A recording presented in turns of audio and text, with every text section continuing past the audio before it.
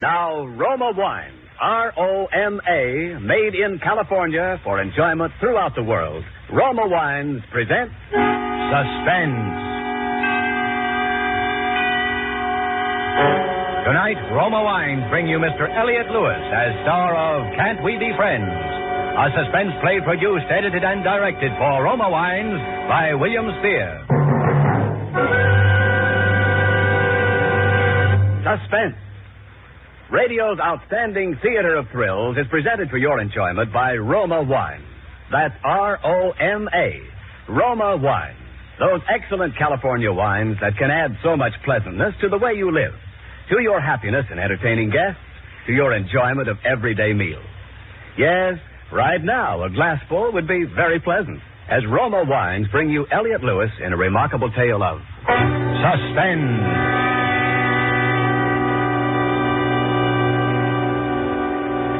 I suppose you want to know how it happened. Yes, I'd like very much to know. Then will you tell me how you got here? I'm Dr. Mayer. Did you look at her? Is she dead? You tell me your story first. Who's he? This gentleman lives in the next apartment. Yeah? Yes, go on. Let's hear your story. Well, her name is Frances Murphy. I've known her for about 6 months. I met her at a party. We went out together a few times, liked each other, and started going together. She's fascinating, I guess. I fell in love with her, and I think she was in love with me. For a while, anyway. What's your name? Michael Gordon. Yeah? Well, go on. Well, she wasn't well for a while, and then she told me she had to go to the hospital. Some minor surgery. Minor surgery? Why, that girl... So that's what she told you, eh? Yeah. Well, anyway, I got sort of busy, and I didn't get a chance to see her while she was sick. And when I saw her again, she wouldn't talk to me, so I started seeing another girl I know. But this afternoon, I got to thinking about Fran. I kept seeing her when I was with the other girl. It bothered me. So I decided I'd come over and see her. I got here at 6 o'clock.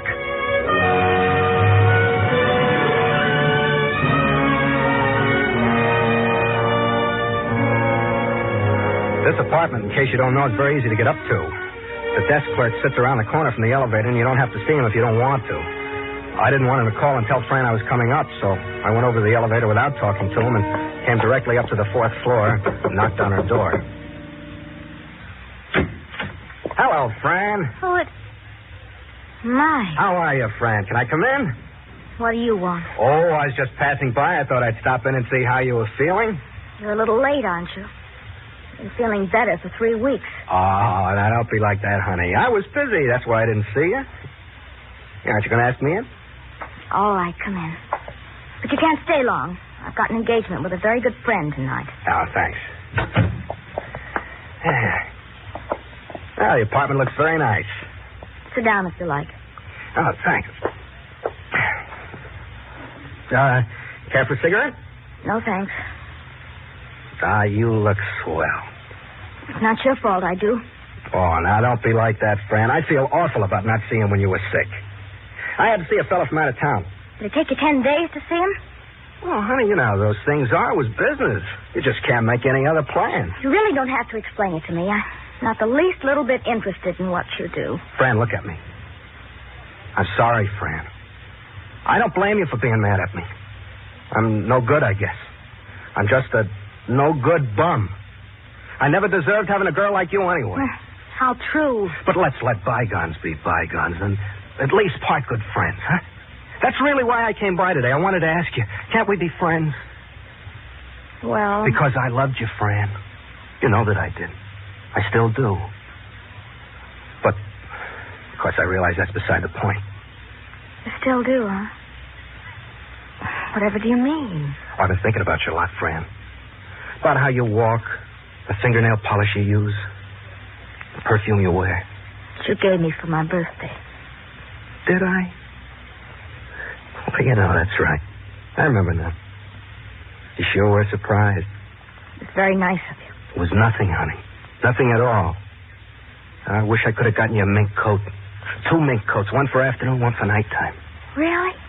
Mind if I sit here next to you? Well, I don't know. Thanks. You're wearing the perfume now, aren't you? Uh-huh. Yeah, perfume has a better smell when you wear it, you know? Oh, will you forgive me, Fran, for being such a heel? Well, you really didn't... No, don't answer that, honey. It wasn't nice of me to ask you that. There's no reason why a girl like you should get stuck with a bum like me. You're better off going out with other people. Who's this friend you had the engagement with tonight? Are you really sorry you didn't see me, Mike? I told you I was. I could have killed myself. I felt so bad. Oh. Give me a kiss. Sure, honey. I missed you, Mike. And I haven't got an engagement with anyone tonight. I haven't been out of the house. Dr. Mayer said I should take it easy. Oh, that's good, honey. We'll go out tonight, huh? Or would you rather I stayed here with you for dinner? And then we could listen to some music tonight. I haven't heard your records in a long time, you know. No, you'll have to go, Mike. I have some packing to do. I have to go away and rest a while. Guess I was pretty sick. Oh, it's all the more reason for me to stay, honey. I'll help you pack. We'll have a little farewell party. No, I'm sorry, Mike. I have to go to sleep as soon as I finish packing, so I'll be fresh for the trip tomorrow. Oh, that's ridiculous. I'm just going to sit here. I won't bother you.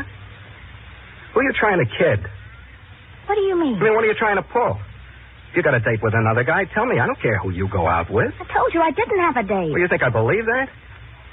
Too sick to see me, huh? That's a laugh. You certainly look well enough to me. But I'm not. That's one of the reasons I didn't go to see you in the hospital. I knew you were kidding. What's the matter with you? I had an operation. You want to tell me about your operation?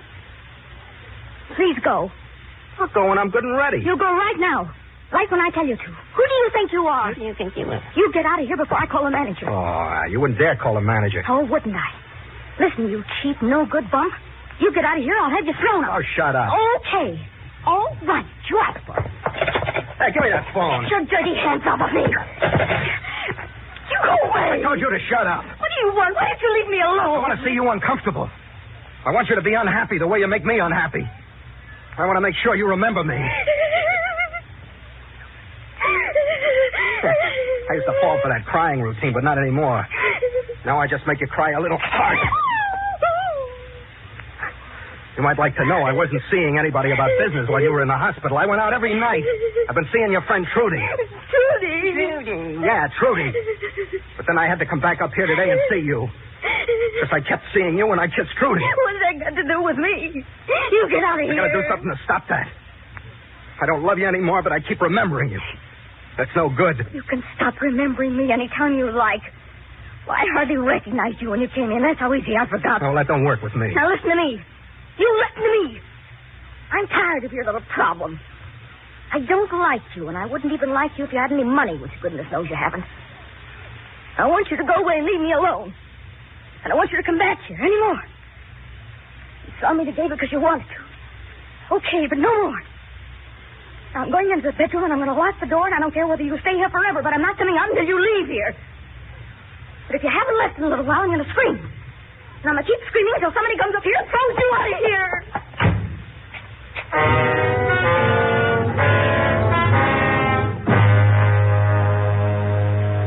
I just stood there for a while and looked at the door. And I thought, I don't love her. I don't love her at all. I hate her. That's when I decided to do it. Because I figured that if there was no Fran, that I could see Trudy or anybody else I wanted to and not have to worry about being lonesome for Fran or feeling sorry for Fran or needing Fran. And I figured you don't remember dead people very well. But I knew I had to do it that night before she left on her trip. I worked it out like this. I'd leave right then and leave her front door on the latch and talk to everybody in the building and go to my boarding house and tell everyone there how tired I was and go up to my room. That would be my alibi. Everyone would have seen me go to sleep. Then I'd wait until everybody was in bed. And I'd take my gun and come back here without anybody seeing me and kill Fran.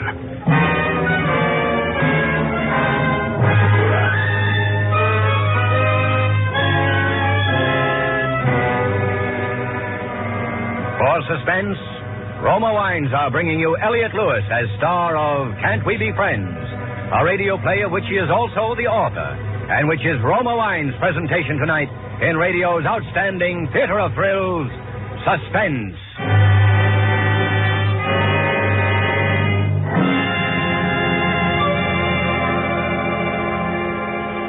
Between the acts of Suspense, this is Ken Niles for Roma Wine. Warm weather and cold drinks just naturally go together. And here's my favorite recipe for quick, thirst-quenching refreshment these scorching days. It's Roma Wine and Soda, America's smartest, coolest summer drink. After a hot day's work, try Roma Wine and Soda. It's refreshing as a cold shower. And when guests drop in, delight them with delicious, easy-to-serve Roma Wine and Soda. Just half-fill a tall glass with Roma California Burgundy or Sauterne or any other Roma wine type of your choice.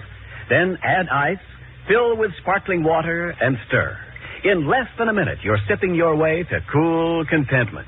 Or for a short refresher that's long on taste, try this cooler offer. Just pour Roma California Sherry to cover a cube or two of ice. It's delicious. Remember, Roma wines are selected from the world's greatest wine reserves. So refreshers made with Roma are better tasting always. For low-cost, cool enjoyment this summer, serve Roma Wine and Soda. Insist on Roma, R-O-M-A, Roma Wine. Largest selling wine in all history. And now, Roma Wines bring back to our Hollywood soundstage Elliot Lewis as Michael Gordon in Can't We Be Friends? A tale well calculated to keep you in suspense.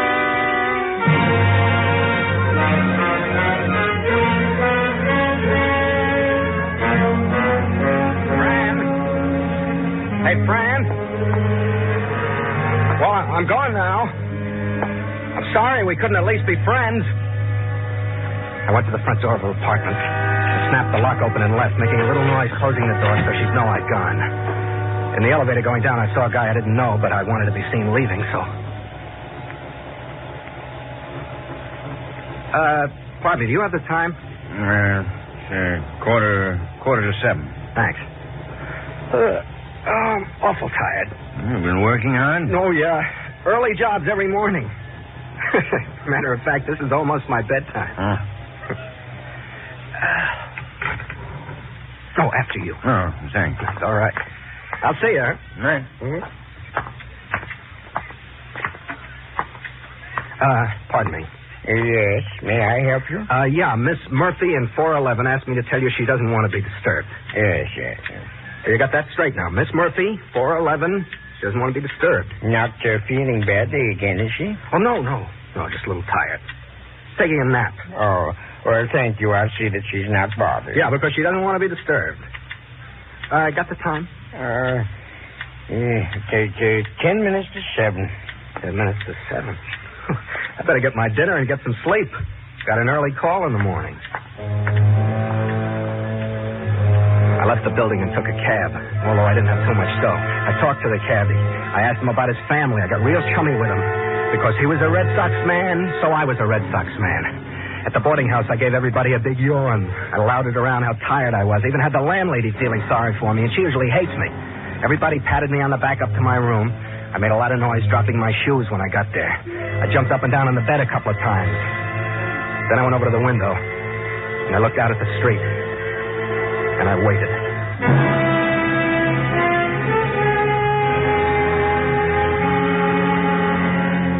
The traffic gradually disappeared as I watched. And through the early night, one by one, I could hear the other boarders yell goodnight to somebody in the living room and bang up the stairs and close their door.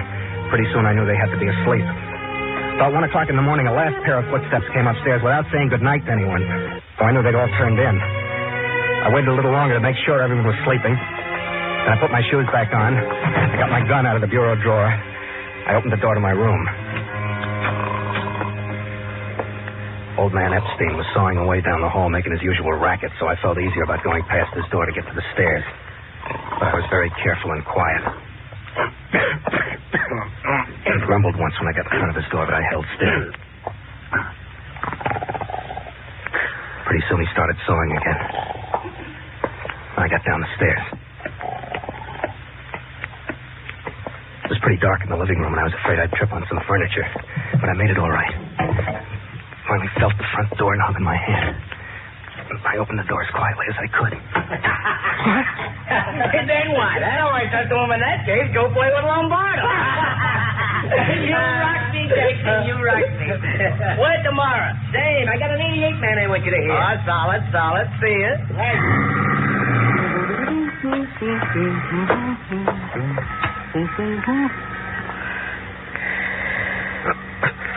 Oh, that you, Whippy? No. Oh, hi, man. Good evening. Door's open if you're going in. Oh, thanks for saving me the key move, man. Hey, you still working days, fellow Borderooney? Yeah. Oh, ain't this a little past your bedtime, man? Oh, yeah, it's late, but the reason I Hey, can't... why do you go out at 3:00 about? Well, I wasn't going out. I couldn't sleep. I was just going to get some fresh air and come right in again. You better leave the door unlocked for me. Oh, boy, I'm beat. Yeah, you better get to bed. Oh, it's a fine night for singing. Yeah. Well, don't get too much of that fresh air. Liable to choke you to death. Yeah, well, good night. Oh, hey, we had that joint really jumping tonight. Hatchet Face come by, sat in with us for a while. Really? Oh, he's mellow. That boy plays fine. So I hear. Yeah. Oodly-boo. Oodly-dee. Oodly-doodly-doodly-doodly-doodly-doo. That good? Yeah, sounds great. Well, enjoy your company, Pops. Sure thing. Good night. Yeah. Well, gotta fall in now. Hit that pad.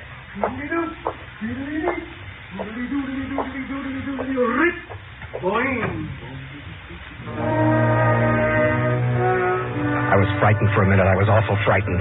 If Jack remembered seeing me, my carefully planned alibi was shot. I thought better not tonight. But then, Jack wasn't like most people. He wouldn't remember in the morning. He'd be too busy trying to recall Hatchet Face's lick.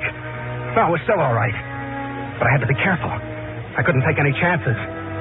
To be safe, I had to have the alibi that I'd gone to bed early. I walked quietly to the street and started for Fran's apartment house. I was very careful all the way. A couple of times cars came by, and always I ducked into the shadows and waited for them to pass before I continued walking.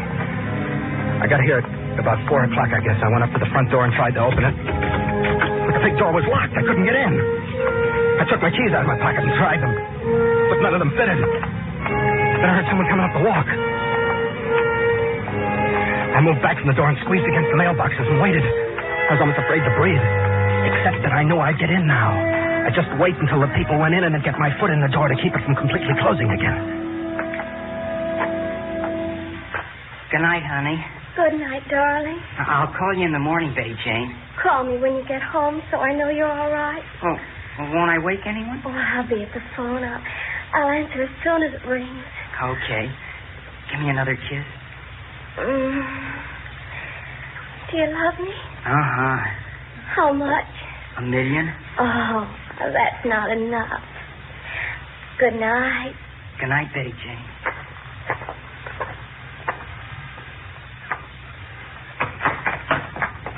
$7 million? That's better. Don't forget to call. I won't.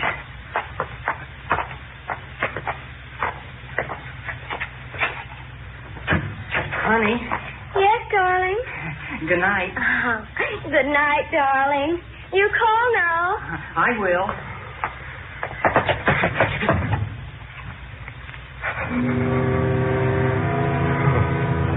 I was sweating. It had been close, but they hadn't seen me, and my foot was holding the door open, so I just waited there until I was sure she'd gone upstairs. And then I opened the door and quietly guided it closed and walked on tiptoe across the lobby to the elevator. I needn't have wondered about avoiding the desk clerk. There was no one at the desk. The elevator was upstairs somewhere where the girl had just taken it, and I rang the buzzer for it. I love self-service elevators. They make you feel like you could go to the moon in them. Elevators and subway trains I always wanted to drive ever since I was a kid.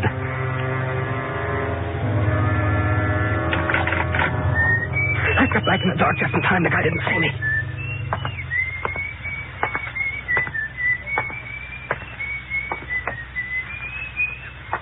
Please don't turn around. Please don't turn around.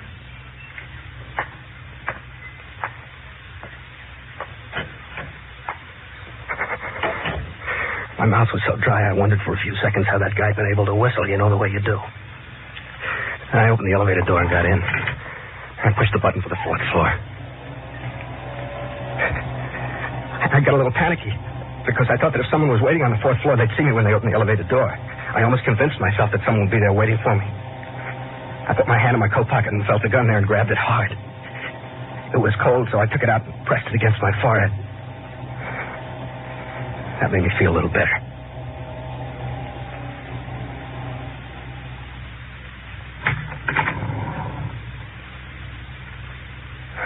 But there was no one waiting for the elevator. I stepped out into the dark hallway. I took a pencil out of my pocket and jammed it against the door so that it couldn't close. You know the way those things are, they won't run when the door is open, and I wanted it to be there waiting for me when I finished the shooting. That was the only way I figured to get out of the apartment before everybody woke up and started doing something about hunting for me. There's a basement exit, you know, when the elevator goes down in the basement. I had all that figured, too. The pencil seemed to work, but to make sure, I stepped back into the elevator and pushed a button. And the motor clicked and the door strained, but stayed open. The elevator didn't go anywhere. Then I stepped out into the hall and listened. It was awful quiet. Not even anyone snoring, which you usually hear at night in a big apartment house like this. I tried to remember if there was a squeaky board in the floor anywhere down the hall, but couldn't, so I just crossed my fingers and tiptoed down the long, dark hallway. The only light was the red exit sign that shows you where the fire escape is. And seeing from that is like working at a darkroom developing pictures, which I did for a while. 2 doors from Fran's apartment.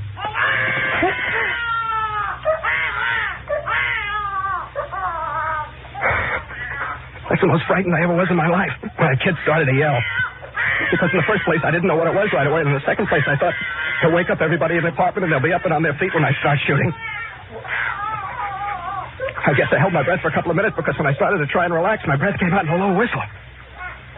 Well, that scared me, too. I thought it'd be great if I get a heart attack right here in the hall of a strange apartment house in the little hours of the morning with a gun in my pocket.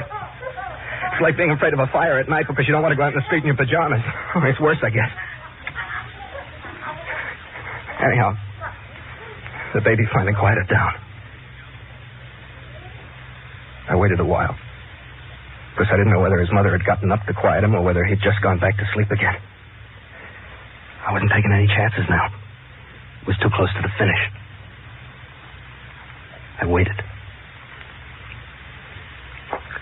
I figured it was safe a few minutes later and continued snailing down the hall. I stopped at Fran's door and listened. It was quiet inside. I put my hand into my pocket and grabbed hold of the gun. Then I slowly turned the doorknob, slid the door open. It didn't creak or anything, which was lucky. I got into the room, quietly closed the door again. I took the gun out of my pocket and released the safety and went to the bedroom door. It was already a little bit open. Through the crack, I could see her figure lying on the bed. I pushed the door enough ajar so that I could move into the room and look closer. That chop suey sign across the street was flashing on and off, and as I got used to the pattern it made on the wall, I saw Frances lying on the bed, dressed as she had been when I'd seen her early in the evening. She was lying on her stomach with her face turned toward the far side of the room, toward the shadow. My nose started to tickle. I thought I was going to sneeze, but when I pressed the cold gun against my upper lip, the desire left me. I moved slowly and quietly toward the bed. I got within a few feet of her. I pointed the gun right at her head. The gun was weaving around, so I held on with both hands. I took very careful aim.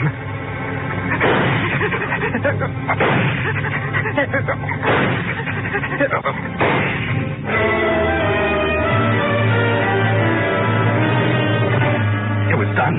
I threw the gun down on the bed right next to Fran and started for the door. I knew I didn't have much time to get out of there. I tripped over one of her packed suitcases in the living room, but didn't fall. It reminded me, though, that I'd gotten there in time. She hadn't had a chance to go on her trip. I got to the front door of the apartment and jerked it open.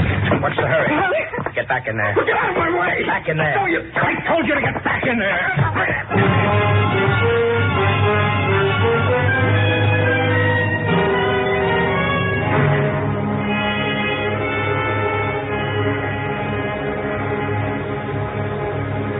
And that's all I know of what happened. I see. Did you hit me? Yes. I was helped by this gentleman here. I used that book. What are you doing here? The young lady had called me and asked me to stop by. At 4 o'clock in the morning? Oh, look here. I'm her doctor. Yeah? You must have got pretty clubby with her while she was in the hospital. I was right about her. That's swell. Now, I don't feel badly about having shot her. The police will be here soon. You think I'm going to wait for her?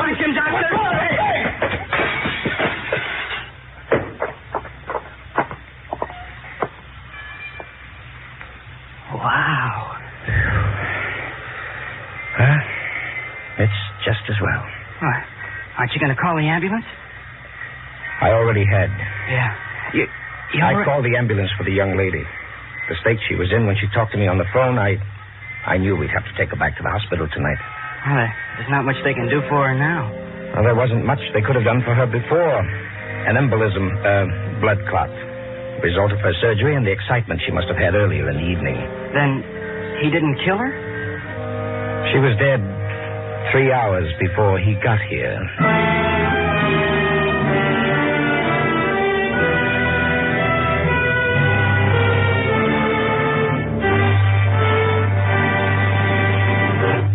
Suspense.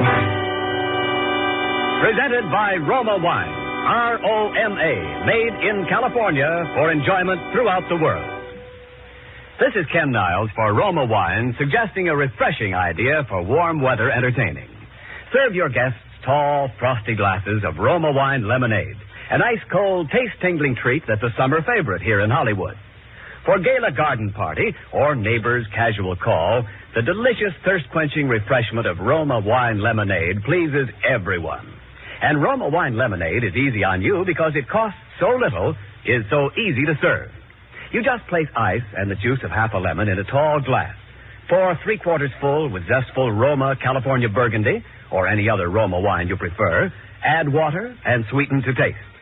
And because Roma wines are selected from the world's greatest wine reserves, a refresher made with Roma is better tasting naturally. So start now. Cool off and refresh yourself with Roma Wine lemonade. Insist on Roma. R-O-M-A, Roma Wine. Discover why more Americans enjoy Roma than any other wine. This is Elliot Lewis. It's always a pleasure to appear on Suspense, and tonight I'm especially grateful to Mr. Spear for the opportunity to not only hear one of my own radio plays presented here, but also to appear in the starring role. I'd certainly like to thank my good friends and fellow radio countrymen who contributed their usual wonderful performances. Lorene Tuttle, who was Fran, Wally Mayer, who was the doctor, Jerry Hausner, who was the Vouts kid, Betty Moran and Irvin Lee, who were the 2 kids outside the apartment house, and Bill Johnston, who can do almost anything. Next Thursday, a very wonderful actor, Mr. J. Carroll Nash, will be starred on Suspense in a play called Commuter's Ticket, which goes to prove that nobody notices you on a commuting train, except when you don't want to be noticed. Next Thursday, same time, Roma Wines will bring you J. Carroll Nash as star of Suspense, radio's outstanding theater of thrills. Produced by William Spear for the Roma Wine Company of Fresno, California.